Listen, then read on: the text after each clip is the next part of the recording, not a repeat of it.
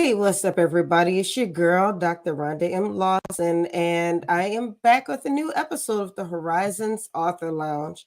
And sometimes I forget to greet you guys because I'm so busy grooving to my new promo music that I love. I hope you guys love it too. If you do, let me know in the comments. But this is going to be a good night. I'm meeting an author I've never met before, and I'm also going to be talking with a client. So that's pretty cool. So I'm looking forward to talking with both of these gentlemen because they both have really interesting stories that I really know you're going to get a lot out of. So without any further ado, I'm going to bring our first guest in, Mr. Winsphere Jones. And I was asking you earlier, I wanted to make sure I was saying your name correctly. You are saying it correctly. Yay! It's disrespectful when you don't ask and you just keep saying a person's name wrong. No, So I you're want to you're make sure I saying get it. it right. You're saying it right. A lot of people they start off with Winper. So you came off first time just right. Awesome, awesome. So how are you doing tonight? I'm doing great. I'm just getting over some. We had a flood here in this area, and we've Oh, been out helping. Yeah, we've been out helping the people from the flooding areas of the Savannah, Chatham County area, and yes. it's been kind of tough, but I think the waters are receding and we're getting over it. Good. So Well, thank God for that. I love that. I don't know. See, we actually met each other because we have a mutual friend, Harold Oglesby. yes, Yeah. Harold is he is a very he sees people. He tries to connect people, and that's what I love about him. That's why I look at him as a mentor, and in a sense to me, because you don't meet a lot of people like that. So Absolutely. Absolutely. He's been a good friend. I used to live in the Savannah area a long time ago. And I actually met him through the 100 Black Men. And so we've been good friends ever since. So I really appreciated him connecting us so we can meet.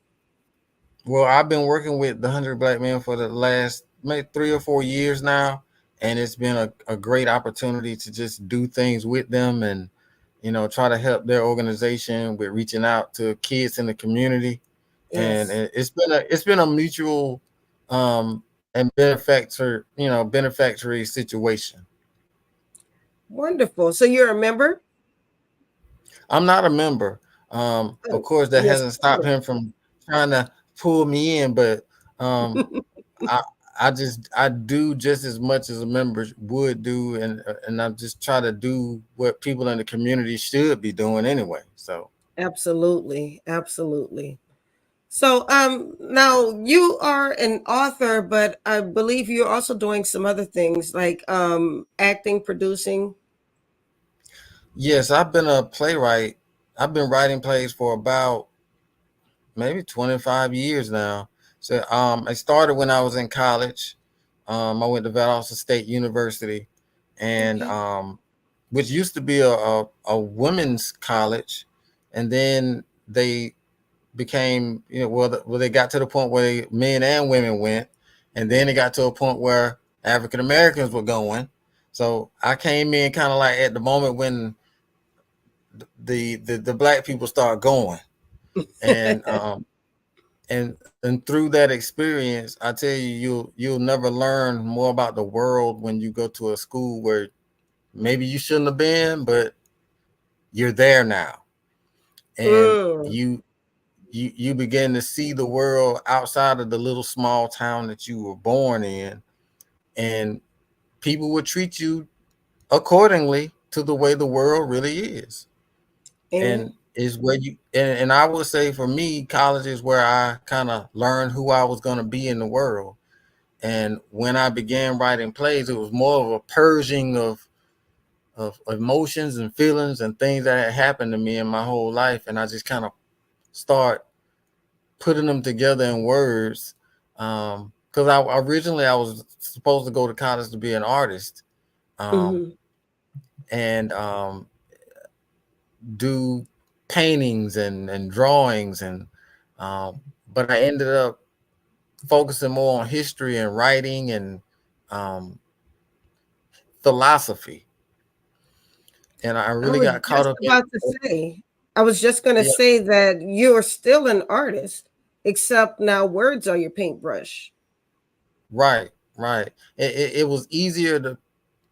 It was easier for me to put the words down and express what I was feeling more so with the brush, but I still go back to the brush every so often. So but as a playwright, you you sometimes get bogged down with just being on the stage, and so I took some ideas I had from the stage and put them in book form so that I can kind of be more detailed with what I was trying to Yes. express. Okay. And so now, how many plays have you produced so far? Since college, and I'll count the ones that I did in college because they were kind of like really grinding, kind of learning who you are, kind of. So I'll count those. But I would say about 25 to 30. Wonderful. And And you're award winning now. yes, when I started winning the awards, I started going to different festivals, and I was always invited to the Atlanta Black Theater Festival, and Yes. I was invited there for a few years in a row, and I was, you know, and they treated me really well when I went there, and I won for best director for one play, best overall play, and then we were a special guest at one point, one year that they had the festival. So it was a really great experience for me, because I had never won anything from writing, or and when you do win something for something that you do from your heart and from your soul, it means more than anything. Amen. That is very true. And so now you've I moved. I'm sorry, go ahead. Well, what I was going to say was that um, my former name that I went under before I won the awards was just my name that I was born under, which was Tim Lee. But when I became Winsphere Jones and became that writing name, that's when everything really changed for me, and I really found the voice that I wanted to write for or write through, um, that I knew would be the one to kind of carry me to another level. And sometimes you still got to go back to that old school where you come from voice, Yeah. but the new voice that I created was one that helped me to take my imagination as far as I wanted it to go, and not just from where I know. Sometimes we get caught up in writing only what we know, and never let our Right. imaginations take us farther than just like the stories we can tell that everybody can pretty much tell. Would you say that's why you got into doing thriller type of writing, thrill writing, thrill fiction? Right. I was I always loved sci-fi and horror, and I always loved thrillers and dramas. And but more than anything, I like mysteries, horror, and drama. And so, um, when I created the new style I was going to be writing in, it had to encompass all those things. Yes. The first few plays I wrote were Shakespearean dramas, pretty much. Just imagine a black Shakespearean dramas, put into the 1800s, with black people not being slaves and not being owned by anybody and not having to answer to anybody, and everybody's on equal footing. Impossible to think of, but we have never we you can't the one thing that I came across is that I was trying to think of a way to write a story in a time period that I loved without thinking of Okay. myself having to be a slave. That's a good point. It's interesting that you say that because I was actually having this conversation recently where I love historical fiction, but I don't want the overlying I don't want slavery and racism to always be the star of the historical fiction. Yes, we know Right, it happened, but at the same time, we were still people. Can we have a people story where racism might be in the backdrop, but it doesn't always have to be in the forefront? right. And then what I had to do, and I might have mentioned it to you, but it was a trip I took, a sabbatical almost, to Greece, um, that I took, where I just said, you know what, I'm gonna go. And I left, and I don't know how I even got over there. I know I bought a ticket, but I don't know. I can't tell you how I got to all the airports, and I just know that I made it there. Um, Spent some time with a friend that was there, and then I just took in the essence of the place where they say theater originated, and Mm-hmm. I took the real history in, because I was standing there on the Mediterranean where half of the things in the Bible they say actually happened. Yes. And on my way back, I was sitting in the airport and I was thinking to myself, how can I write stories that people will remember forever, but they're not the basic stories about that everybody else is doing. Right. But in the time period that I love so much, which was the early 1800s, um, Edwardian time period. Um, so I had to recreate the history in order to do that. So what I did was I had to first go back and do a whole historical rewrite of America. And Okay. we talked today about multiverses and all this type of stuff. This is exactly what I had to do. I had to create a whole new universe where America was not um, taken over by the need for slaves.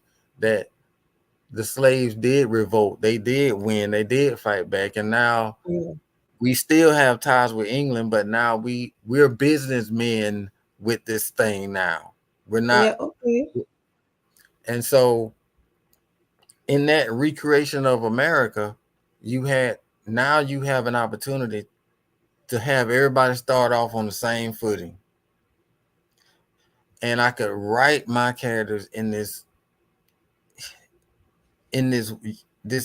Edwardian world where they had pride in, and they could become police officers, they could become detectives, they could become doctors and lawyers, and they were, the whole thing about racism didn't have to be what the story was about, Right. but it was about the people and their struggles as human beings, and not just the black people, but everybody else. Exactly. So Now, this it is the get premise for Black Crows, correct? well, the premise for the Legends of the Black Crows is pretty much just a detective story. Okay. In this time period that we're speaking about, late 1800s, a man by the name of Josephia Blackstone has been given the power to touch the dead and tell their last moments of life and what was happening to them, how they died. And the police always want to use that guy to come in and like solve the mystery for us because we can't. So he comes in as the hero for the police, but oftentimes is the murder cannot be solved so easily just because he touches the body and can see certain things in the scene. It always comes with him needing help from other people. Mhm. I hate those stories where the detective in the story is like he's the smartest guy. No, he's not the smartest guy, and he has many flaws.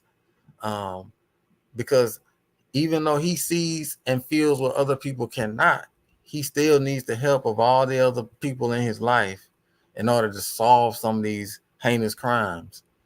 Um, but the book is the reason it's called Legends of the Black Crow, because within this, him trying to solve the mystery of um, a legend about a crow, you learn about all the real legends about the crow that we have in our own real history, and he Mm, kind of and how they're all connected to each other in some way. And yes.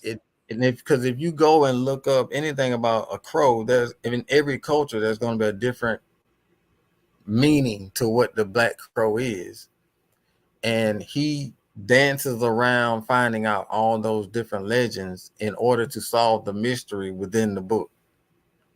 Okay. I love the layers.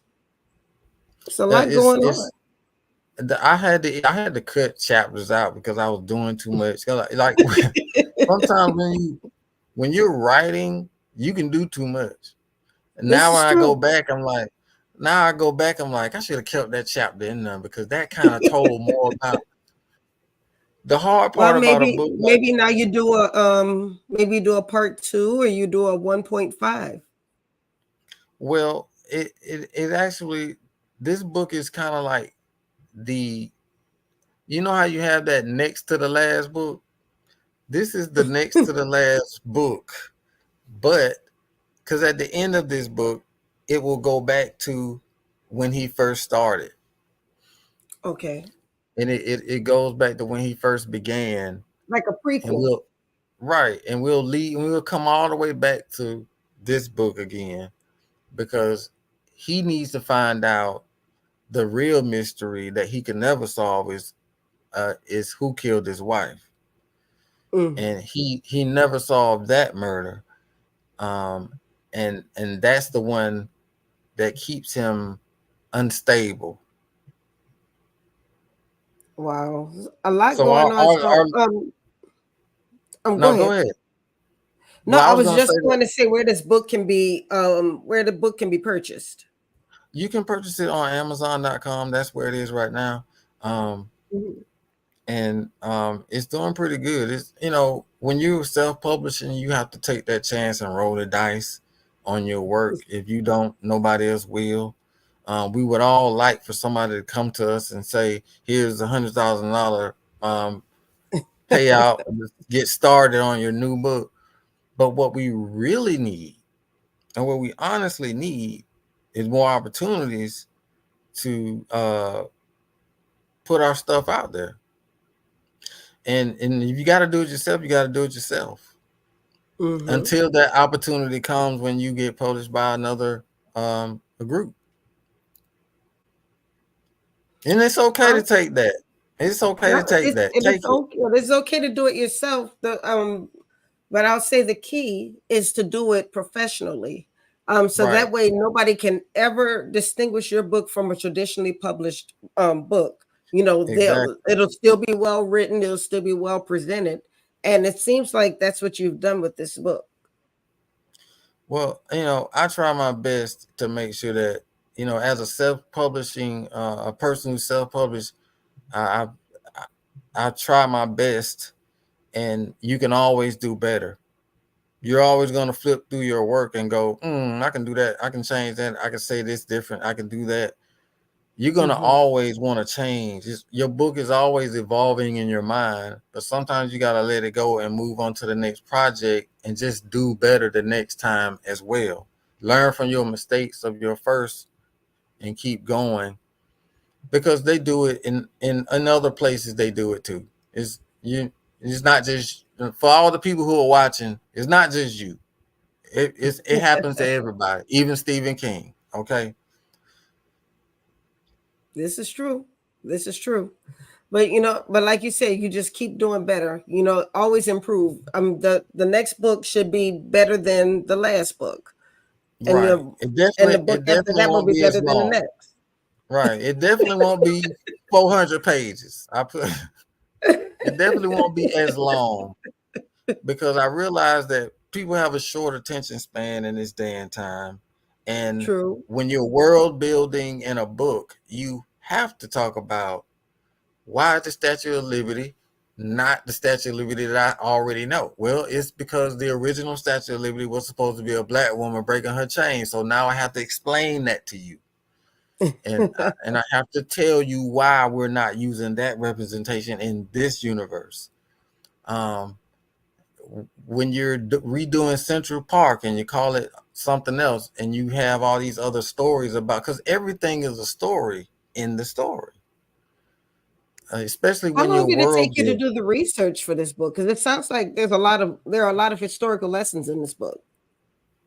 Yes, there's a lot of historical elements from Greek mythology to um, actual historical figures that show up. Like Abraham Lincoln shows up, but not as Abraham Lincoln you as you know him, um, but as he becomes another variant of the character that we know him as in our world. Um, so yes, but I took elements from what I actually found out. So it took years of just jotting down information, and everybody always get your little notebook and just jot, and you put all that stuff together in a file, and then all of a sudden when you start to write, you just it comes to you, and you remember those little things that you wanted to put in that carries your story and makes it heavier. um, because I think we talk about every essence of the crow in the story that you can get out of it, um, Yes. without going too far, because the whole message in the story it about the crow itself leads us to um, focusing on a little bit about religion, a little bit about history, and how those two things conflict with each other sometimes. Okay. So now what's next for you? Are you going to go ahead and do this or have you already started on the prequel? Yes, I have several books with this same character that I started the stories for. Okay. They all began, they all have their beginnings written, and I just sit and wait for which mood I'm in to start working on each one. But at this time, I'm working on a play for the 100 Black Men. Um, Nice. it's I'm still working with the kids in the city, as well as doing my other writing and stuff. So the play is called From the West View, and it's basically about a group of kids in a classroom on the last day of the week, and their Hmm. teacher decides that this is his last day teaching, and he decides to let them speak freely about all the issues that are going on in the world right before this big election that's taking place. So they get to speak on these subject matters, even though they're not old enough to vote. It's We have been suppressing the young people's minds as well. So this is a chance for you to hear what young people think about the world they're living in, even though they can't make the choices. Right. Right. So Well, it's about an impoverished school in the ghetto, but the smartest kids at this school are about to speak out. now that sounds interesting. Now when can we expect to see that? That'll be, I think the dates we have is October Okay. the 11th and 12th. Right now, I think those are the dates that we have I might have to set. pull up on y'all. I want to see. Well, I contacted my teacher from Valdosta, who I call him my father of from school, because he kind of taught me about the anti-racism way of life and how to deal with those things. So we all go through that stage of we Martin Luther King, we Malcolm X, we start changing and transforming into these different uh, people as we learn about history and how it affects Hmm. us. And he taught me about how to respond using your talents. And Nice. I invited him to come because he actually got me started doing this portion of what I like to do with kids and educating people through the arts. Well, that sounds really interesting. I might, like I said, I might have to pull up on y'all because I would love to see how you take all of this. and put it into something that can be consumed by the masses. So I'm looking forward to reading the book as well as seeing the play, hopefully. Well, thank you. The consumption of information is very hard for a lot of people, and sometimes, like the book, you will need to digest that slowly.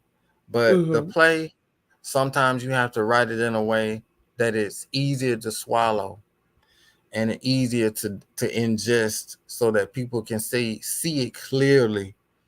I want you to think, but I don't want you to sit. I want you mind boggled by Right. entertainment. I want you to really have to sit there and think and look, but I want it to be easy for you to ingest. All right. Well, I want to thank you for joining me tonight, and thank you for sharing your story with me. I Well, look forward to working with you more. I hope this won't be the last time we talk with each other. I don't think so. I mean, I feel so. It feels easy to talk to you. You made it a Well, thank comfortable you. environment, and we could talk. We could go on for another 30 minutes. But whenever you want me to come back on, you just let me know. All right. I'm holding you to that. Well, thank you All so right. much once again. And you have a great evening, and God bless you and all that you do. Thank you. Oh, See and you Harold guys said good later. job. Harold said good job. Oh, hey Harold. See you later. All right. Thank you Take very care. much. Bye bye. Okay, y'all, that was Winsphere Jones. He is the author of Legend of the Black Crow. You can find it on Amazon. So make sure that you support this book. Like I said, lots of layers in this book. And I'm looking forward to reading it myself. It's going to take a little while to read it. It's 400 pages, but it doesn't mean that it's not a great book. I just finished reading another 400-page book, The Reformatory by Tenerife Dew, and it was a very, very good book, a very good story. It was a story that you have to experience. So thank you to everybody who came out tonight, or came out to listen to our first author. Before I bring on the second author, I just want to remind you of a few things we have going on. Of course, if you're in the DMV area, you want to come out to the Luxury Writers Retreat that I will be hosting on August 31st. There are only a few slots left, but I'm telling you, if you are a part of this retreat, you are going to get so much. You see the bullets right here on the screen. Make sure that you come here for this. And if you want to if you want to sign up for it, the link is right here. It's in the chat. It's also on the screen. And you're going to get a wine and mimosa bar. You're going to get a catered lunch. You're going to get special classes, a free workbook, and you're going to have a special guest. You cannot beat this $400. So don't be cheap. You've been saying forever that you wanted to write a book, and everything that you get in this world is not going to be free. So I want to see you at this retreat, August 31st. And when you pay for it and when you confirm, that is when you are going to get the address, because this is exclusive. We like to keep things exclusive with Meet the World Image Solutions. Speaking of exclusive, have you gotten your summer book catalog yet? If you have met me at any of the writing events I've been doing, I've done about 3 of them in the past couple months. You have gotten the QR code for this summer book catalog. And there will be a Christmas catalog coming out very soon. So I need you guys to stay in touch and stay tuned, because I'll be getting y'all the information on that very, very soon. So if you would like a copy of the Literary Horizons book catalog, all you have to do is click the link, and the link should be popping up on the screen sometime in a moment. But once, all you have to do is just click on the link, which will be in the comments right there, and you can download the catalog. You can read the sample chapters within the catalog. You can click the link, and you can purchase the book for the author of the sample that you just read. So it's a really interactive catalog, but it's very good. And actually, the author who I'm about to bring on is a part of this catalog. So without further ado, let's go ahead and bring on Reverend Timothy Hughes. Hello. Hello, Dr. Lawson. How are you? I'm wonderful. How are you today? All right, all right, all right. Glad to be on with you on this wonderful afternoon. Yeah, you've been busy lately. I've been watching everything you have going on. You have the book, you have your podcast, you have your magazine coming up. You Yes, have been a very busy man. yes, it's a busy season indeed, but it's all about what we do. And Empower is the name of the company, Empower Media LLC, and that's what we're about, empowering the people. All right. Well, tell us about Empower Media. What is Empower Media? Well, Empower Media is a social it's social entity that is involved in engaging people in empowerment through publication, which we have a book, our first book, In the Blink of an Eye. Also, we do have a magazine as well, which is a quarterly magazine, which is called the Examiner Quarterly, that has empowering information, and it covers articles in the areas of social justice, politics, and culture. And real excited about that as well. And we do our empowering moments every Sunday at 3:30 p.m. Central Standard Time on Facebook and YouTube. And we have had a wide variety of guests from all over the United States, in Ghana, West Africa, Spain, Germany, Ecuador. It's just been a wonderful, wonderful platform, and I'm so grateful that we have that to offer everyone. Well, congratulations on all of that. Thank you very much. And one other thing too is we also do presentations. I forgot to add that piece. So we do presentations as well that are pretty much tailored to fit whatever your need may be in regard to the areas that we cover. We do, for example, where do we go from here? Dealing with the dialogue of concerns and issues within the African American community. We also do an empowerment session for young people, helping them to think about their future, what they want to do with their life. Conflict resolution is another area that we cover as well, and parent empowerment when it comes to their students, their children's success. So now, where do you do these? Do you go into communities? Do you teach them at churches? How do you find the kids who are a part of these workshops? Right. Now, these are things. I am a transplant from St. Louis, Missouri, now living in Texas. So I'm in the process of looking for entities to do this in the Texas area. It has been done in school environments primarily, and also can be done in a church environment, community organizations, those type of things.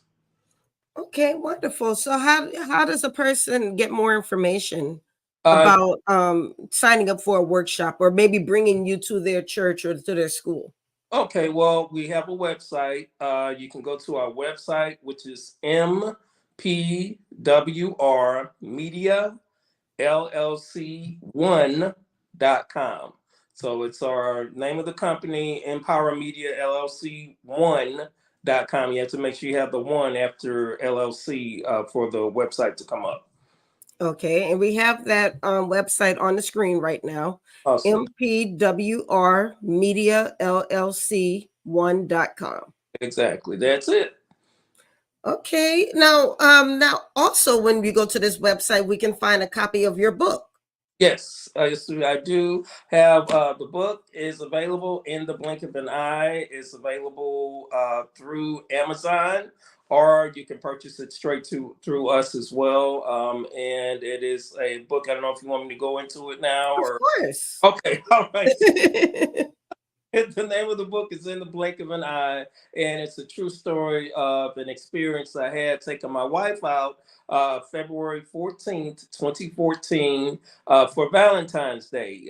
We were going into, I know you see Reverend by my name, but this Reverend loves R&B, okay? So we were, Okay. we were going to see Frankie Beverly and Maze in St. Louis, Missouri at the Chaffetz Arena.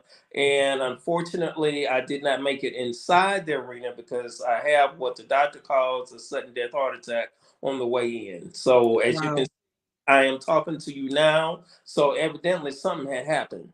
Right. All right. Right.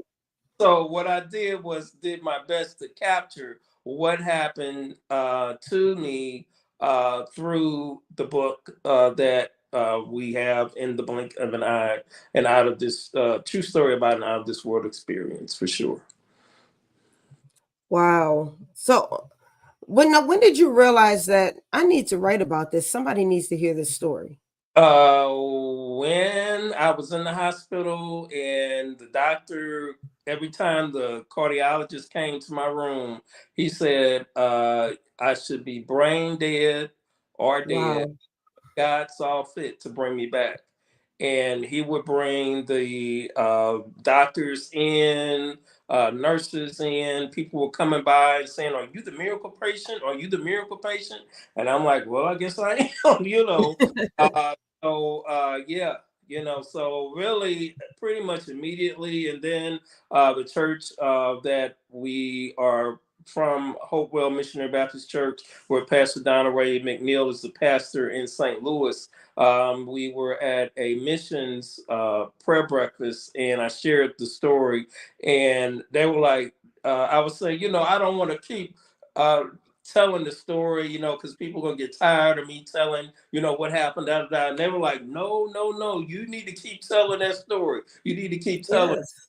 I thought one of the best ways to do that is to put it down in print. And the wonderful thing is the book really takes you on the journey. It not only is there's not only words, but there are pictures also that I Right. just to capture what I experienced visually as well. So, and it has been well received. There's a chapter in the book by my wife as well, because of course I was gone, and then she's the only one that can tell what happened in regard to what transpired after I uh, killed over. So Mm, mm, mm. book as well. And it's really been a blessing to a lot of people, especially those that may have lost loved ones, those Right. going through hospice. I have shared it with a chaplain colleague of mine, and she felt that it would be very appropriate for those that are in adult daycare centers and those type of things, to give them, some hope and give them some insight on what that this is, as I say, this is not it. This is not it. This is just part of the Right. this is just part of the journey. Wow. I mean, how was it? What went through your mind as you're writing this story? I mean, because it's one thing to go through it, but then did you find yourself kind of reliving it once you were writing this story? As I was writing the story, this happened again in 2014. This is 2024. I'm still I was just reflecting on it yesterday, and it's more than just something to write about. It is a something that you never forget, and it's something that grows within you, that continues to raise my consciousness to reality of where we are and what's on the other side. Yes. I don't know if that makes sense or not, but I mean, so for me, it's really daily something. It's almost like daily something new is being revealed to me in regard to that experience, that sometimes I can share, and sometimes I have to keep to myself, because just like, people will say, well, it's good to be alive, or it's good to be on this side, and all that. And I have to say the other side's not bad. Mm. I'm cool with the other side. Wow. Okay. so That's so that's deep. I have to be mindful of not, of who I say that to, so I don't upset people. You know what I mean? Yeah, that was a really deep statement though, to say, you're cool with the other side. It's Because I think um a lot of people's biggest fear is death, because you can't come back from it. true. It's final. Right, right. But is it? Well, I mean, for many people, they feel that way. They can't go. They but, can't but, go back and say, "I can't right this wrong." but it's such a different. I'll give you one thing that happened. Um, when it happened, I didn't know what happened to me, where I went. I didn't know what happened until I came back. Mm, So that kind of lets me know, when people cross over, do they even know what happened? Because it's a whole nother dimension. mm. So that's my experience. I can't speak for everyone, but that was my experience. And I'm grateful God brought me back for my wife and for my family, for sure. I'm grateful for that. But I was fine where I was, Wow. and it's bringing Well, tears to my eyes now. So, and this happened in 2014. so what are some of the things, or some of the lessons learned, for lack of a better term, I should say? But what is the insight that you give people when you talk about this experience with other people, because they may not have that concept of you're okay with the other side. Mhm. um how do you share that insight with other people? Well, first I try to discern if the person is receptive to the conversation first, because not everyone is, and I understand that. I mean, it's Mhm. it's an uncomfortable conversation to have. I do understand. So, with that, I tried to do my best to try to discern how the person I'm speaking with is receiving what I'm saying. So, depending on the person that I'm talking to, I can go all the way, some of the way, or none of the way. Right, right. It really, and I'm conscious of that and empathetic of that, and wouldn't want to put something on someone that they're not ready to hear. That I wouldn't want to do. But when I have had the opportunity to share, um, it's been well received for the most part. And then there's some people that have had a similar experience, and that they say, well, you can't share that with everyone, and we're in a special club, and I'm like, huh, that's interesting. So yeah, but I felt I wanted to do that, and it's been a blessing, to those that have have read the book. It's an easy read. So it's 5 chapters.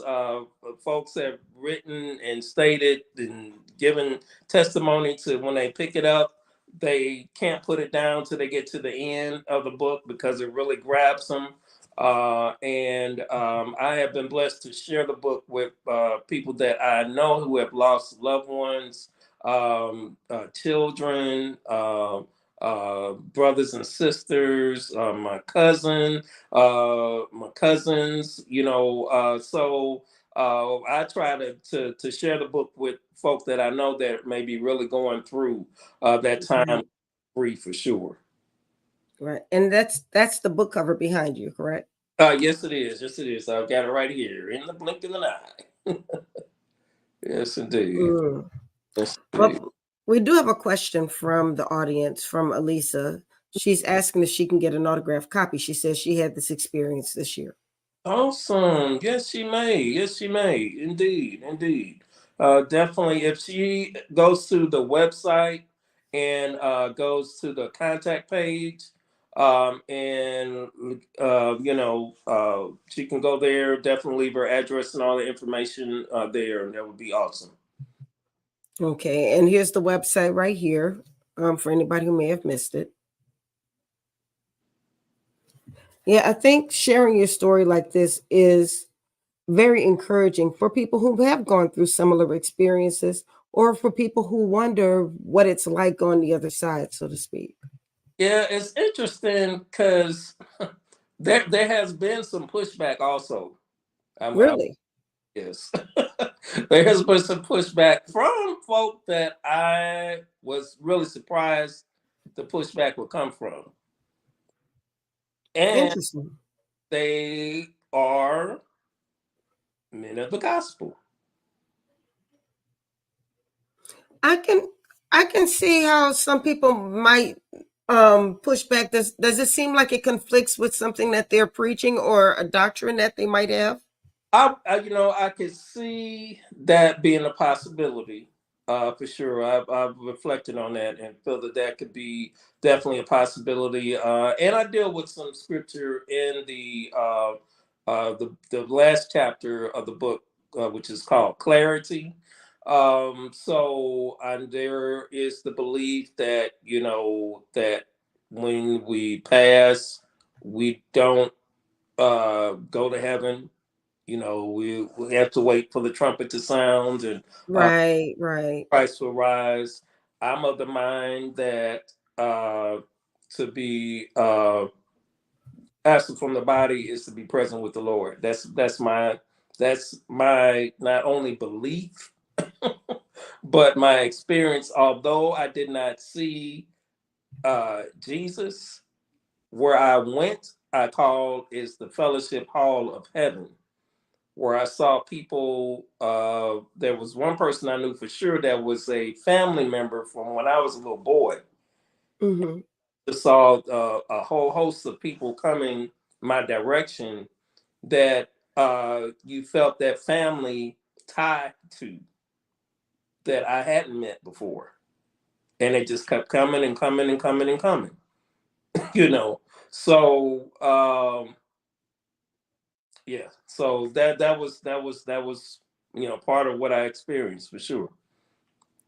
Mm-mm-mm. So now you're continuing to tell your story, Hmm. and you're spreading the story. So you have a actually two appearances coming up. You have one next month on September 14th, and then you're also going to be in Houston for the National Black Book Festival. Yes, indeed. I'm so excited. This is my second year. Woo, woo, woo. So I didn't have a booth this time. The last time I came in and did some PR type work and that type thing. So this time Mhm. my wife and I will be there, and we'll have a booth, and I have some books available, and also some magazines as well. We're hoping to have our third issue of the Examiner Quarterly out before the October Black Book Festival as well. So we should have that out, and the focus of that is going to be on the election, 2024 presidential election for sure. So, uh, Right. and we have a great cover story that I'm not going to share who it is, but it's going to be a great issue. It's going to be a great issue. All right, all right. I'm looking forward to it. And now, when is that due out? The due date for the are you saying in regard to the articles or when it's going to come out? When is the magazine? Magazine's coming out. We're looking at the end of September, 1st of October for sure. Okay. All right. So that's not that far away. No, it's not. No, a lot of work to do between now and the end of the month for sure, and some follow up because we have contributors that contribute to the magazine and all that. So we're gotten some responses and hoping everybody that has been asked to contribute will be able to do so. Well, I hope everything works out. Thank you. Yeah. Thank you so much. Yeah, we're excited. We're excited. Now, tell me, where is the event that's going to be September 14th? The September 14th event is going to be in Fort Worth, Texas, and it's called the Trinity River Book Festival on the 14th. And I will be there and looking forward to that event and doing some book signing at that event as well. It's my first time attending this event. And this is actually my first time doing a live book signing because I've been hesitant with COVID and all that, and then Yeah, yeah. uh, got in the way. So now we're really starting to go out and do some book signings and shake some hands and share the story. Well, right. I wish you the best on both of those events. Thank you very much. Thank you, and thank you for all your help, Dr. Lawson. I appreciate it. I do what I can. I do what I can. You do it Yeah. well. Thank you. Well, I'm going to be making your graphics for you so you can start advertising that September 14th event Oh, okay. as well as the October event because I owe you some graphics. Okay, wonderful. Okay, looking Yes. forward to it. All right. Well, we appreciate all the help and assistance, and really impressed with the Black Book Festival as well there in Houston. Real excited about that again. And anyone who's in the Houston area, I highly recommend you need to definitely be there because it is a phenomenal event for sure. Yes, indeed. Oh, well, I hope Gwen Richardson is listening. Yeah, Yes, indeed. I'm sure she'll love to hear that. Indeed. Well, but I want to thank you for joining me tonight. And like I said, I look forward to doing more work with you. Likewise. And I look forward to seeing you this October. Yes, indeed. And thank you for inviting me to your platform, and look forward to seeing you in October as well. All right. Well, you enjoy the rest of your evening. All right. You too. God bless. God bless you. Bye bye. All right, y'all. That was Reverend Timothy Hughes. And the name of his book was In the Blink of an Eye. You can find it wherever books are sold. And make sure you support this book. It's a really, really powerful story about something that actually happened to him. So, and he's telling it from his point of view. So it's something that I think we all should, not what happened to him, but the story. We should experience the story. I want to make sure I get that right. But I want to thank all of you for joining me tonight. This has been a really powerful episode. I want to remind you guys there's a lot going on. I am still on my tour. For those of you in the New York area, I will be at the Harlem Book Fair on September 7th. And I will have copies of my book, Trust. And I will also have copies of A New Renaissance. So I'm looking forward to getting that into your sweet little hands because I'm telling you, these are some powerful, powerful stories. And I'm really excited about being out on tour again. If you missed me at the National Harbor on August 3rd for the Black Books Matter Festival, and you missed me in Philadelphia for the Independent Book Festival, which was at the Philadelphia Convention Center, phenomenal event. To say this was the first year for that, it was a phenomenal event. So kudos to Richard Ashby and Charmaine Ashby for putting on a wonderful event. And I'm really, really happy for them. But what I want to remind you guys about before I sign off, for those of you who are fiction writers, I'm a huge fiction author, fiction lover, and a fiction author. And because fiction is my first love, I created the For the Culture Book Awards. This is the contest exclusively for fiction authors. I will have 3 prizes, the first, second, and third. The prizes and cash are totaling up to $10,000. Yes, this is correct. $10,000. This is for real. I want to make sure that you guys are a part of this. So if you are a fiction author and your book has been published either in 2023 or 2024, your book qualifies for this contest. So I want you to go to this website, MTW Image Solutions /contest 2024 for information on the contest. Do not try to submit. I talked to an author over the weekend, and she said she tried to submit and she kept clicking the button and nothing would happen. Nothing happened because the contest submission period is not open until September 1st.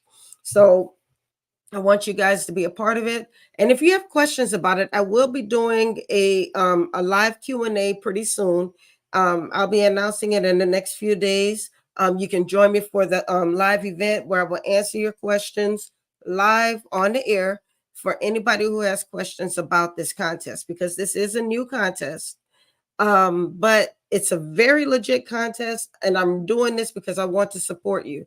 Yes, there is a fee attached to it, but I'm telling you, the amount of publicity and exposure you're going to get because of this contest is worth way more than what you're going to be paying into it. And the money that is raised from this contest is going to the Meet the World Image Solutions 8th and 9th grade essay contest, as well as the graduating senior contest. So this is a contest with a purpose. So I really want you all to be a part of it. So that's all I have. More to follow very soon. But I really hope to see, if you are an author, I really hope to see you in this contest, because I'm telling you, it's just going to be phenomenal. And I can't wait to read all of the stories that are going to come out of this. And lastly, don't forget, the Meet the World Image Solutions Black History Month Literary Weekend is coming back February 20th through the 22nd. And I want you to be able to boost your brand. Don't try to sign up as a participating author, because it's already filled up. But if you still want to participate, all you have to do is go to www.mtwimagesolutions.com. You see it on the screen right there. And there will be information about how you can be a sponsor. And sponsorships range from as low as $100 all the way up to $3,000, depending on where you want to, or how big you want your investment to be and how much exposure you're looking for. But everything is going to go toward the Black History Month Literary Weekend. It's going to support our essay contest and our graduating senior contest. We are actually about to send $1,000 to Brazil Perkins, who won our graduating senior scholarship this year in 2024. And we're looking to do that for a graduating senior in 2025. So lots of great things happening. And there's also a special announcement I'm going to be making next week, probably the week after. At the end of I'll just say at the end of the month, I'll be making another special announcement of something really grand we're going to be doing in the fall of 2025. So great things happening with Meet the World Image Solutions, and I want you all to be a part of it. But that's all we have for tonight, guys. I hope you enjoyed yourself. Make sure you take advantage of all the great stuff we have going on. Stay in touch with us. www.mtw Image Solutions, or follow us on any social media platform and you're going to find us. So that's all I have for tonight, guys. You enjoy your evening, and I'll see you tomorrow on Black Authors Matter TV. God bless you and goodbye.